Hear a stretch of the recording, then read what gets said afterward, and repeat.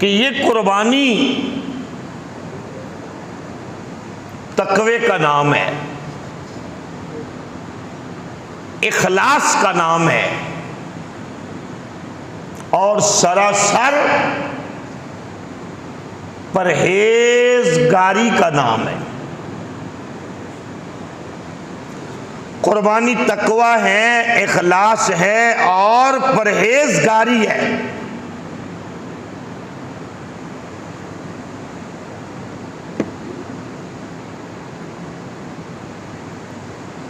पहले पहल जब कुर्बानियां होती थी, जैसा कि हजरत आदम अलैहिस्सलाम के ज़माने में आपके दोनों बेटों का आपस में झगड़ा हो गया। एक का नाम हाबील था और दूसरे का नाम काबील था।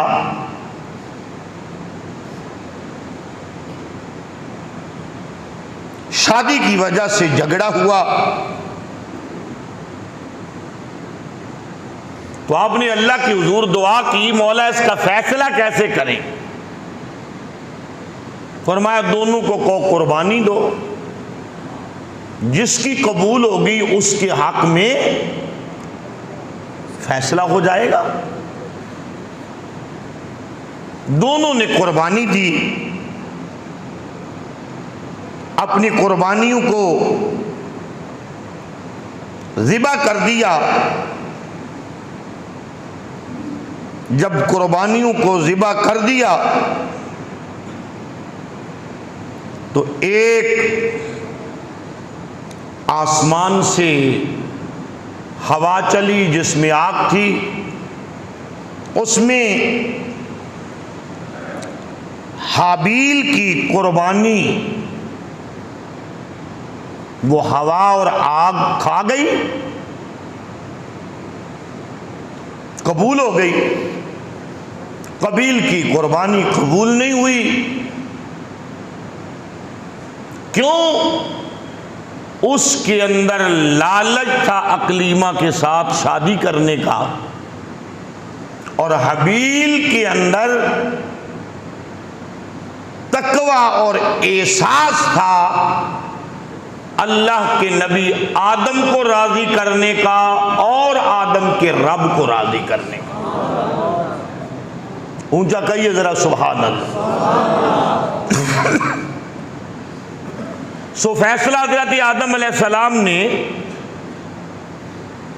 इनके हक में कर दिया।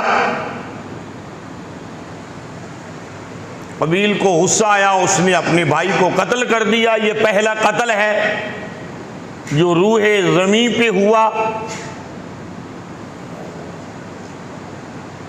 और ये कत्ल किस बिना पर हुआ? हसद की बिना पर, तकब्बुर की बिना पर, लालच की बिना पर, हुस्न परस्ती की बिना पर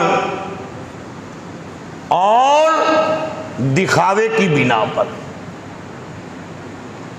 आप कहें कैसे? सवाल आप कर सकते हैं। चूंकि एक लीमा खूबसूरत थी, ये कबील कहता था मेरे साथ निकाह हो। हबील ने तो कुछ कहा ही नहीं। प्यारे आदम अलैहिस्सलाम का फैसला था अल्लाह के हुक्म से। काबिल ने जिद की, अल्लाह की बारगाह में मुनाजात की गई। रब ने फैसला दे दिया, कुर्बानी यूं करो जिसकी कबूल हो जाएगी फैसला उसके हक में हो जाएगा।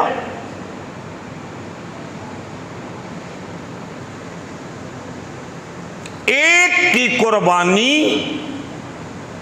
लालच की बिना पर थी, दूसरे की कुर्बानी तकवा की बिना पर थी। समझ आ रही है आपको? एक की कुर्बानी रज़ाए नफ्स के लिए थी रज़ाए नफ्स समझते हैं, अपनी ख्वाहिश के लिए, और दूसरे की कुर्बानी रज़ाए इलाही के लिए थी। जिसकी रज़ाए इलाही के लिए थी वो कबूल हो गई। इन्हें गुस्सा आया कि मेरी कुर्बानी कबूल क्यों नहीं हुई, ये तो मेरी तौहीन है। भाई को कत्ल कर दिया। इस पर उलमाए कराम ने लिखा है कि अगर किसी की कुर्बानी के अंदर तसन्नु आ जाए, दिखलावा आ जाए, वो बड़ी से बड़ी कुर्बानी भी हो तो अल्लाह कबूल नहीं करता। अल्लाह कबूल, ऊंचा बोले, अल्लाह कबूल नहीं करता।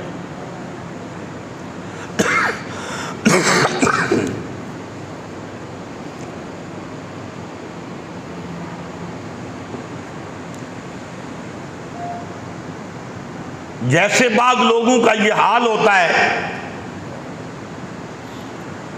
कुछ उनका हाल होता है, कुछ तनकीद करने वालों का हाल होता है, लेकिन हर हाल पर गवाह वो खालिक के कायनात होता है कि इसका हाल क्या है, अंदर का हाल क्या है। हमारा भी कुछ हाल ये होता है, किसी को अल्लाह ने मालो दौलत दी, उसने शुक्रानी के तौर पर अच्छी खूब फरबा मोटा जानवर, इलाके भर में कीमती तरीन जानवर लिया, और कुछ ईमान के हल्के लोग, कम दर्फ लोग तबसरा करेंगे, मियाँ इसने इतना कीमती जानवर इसलिए लिया है, ये इलाके में दिखाना चाहता है कि मैं अल्लाह के नाम पर इतना कीमती जानवर ज़िबा कर सकता हूं। ये तबसरा करने की तुम्हें ज़रूरत नहीं। ये बंदे और रब का मामला है। किसी ने इस बात से डरते हुए या कंजूसी की वजह से कम कीमत जानवर ले लिया, तो लोगों ने तबसरे करने शुरू कर दिए, देखो कितना कंजूस है, अल्लाह ने कितना दिया है और इतना सारा बकरी का बच्चा लेके आया है। वहां ना तो कुर्बानी इसलिए कबूल होती है कि बहुत बड़ी हो और बहुत कीमती हो, और ना इसलिए कबूल होती है कि बिल्कुल ही कम कीमत हो। कुर्बानी की कबूलियत का दारो मदार तुम्हारी नीयत और तुम्हारे तकवा और इखलास पर है। किस पर है? नीयत, तकवा और इखलास पर। अगर दिल में इखलास है तो फिर जैसी भी होगी वो खालिक जानता है, ये बड़ी खरीद सकता है या ये छोटी खरीद सकता। लेकिन आप एक मसला समात फरमा लें, ये जहालत है, ला इल्मी है, शरीयत से गफलत है, या धोखेबाजी है। आप खुद अंदाजा लगाएंगे। मुझे वजाहत करनी है, आपने खुद कानून अपने जिस्म पर, अपनी सोच पर, अपने ईमान पर, अपने तकवे पर खुद आपने कानूनी फैसला लगाना है।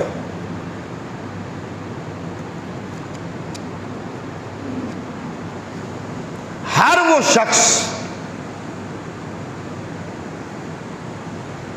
जो साहिबे निसाब है, क्या है? ऊंचा बोले, मैं जरा आपको मसला समझा लूं, बल्कि मसला पढ़ा दूं आपको। हर वो शख्स जो साहिबे निसाब है। आजकल साहिबे निसाब कौन बनता है? जिसके पास 52.5 तोले चांदी की कीमत के बराबर पैसे मौजूद हैं। बात की समझ आ गई? 52.5 तोले चांदी की कीमत के बराबर जिसके पास पैसे मौजूद हैं, या उसके पास माले तिजारत मौजूद है, ये साहिबे निसाब है। इसके माल पर साल बीत गया, इसको ज़कात भी देना पड़ेगी, कुर्बानी देना भी इस पर वाजिब है। क्या है? बोले, ये मसला आपने बताना भी है दोस्तों को, कुर्बानी देना भी इस पर वाजिब है। तकरीर मुकम्मल कर रहा हूं मैं, मसला बता के। होता क्या है,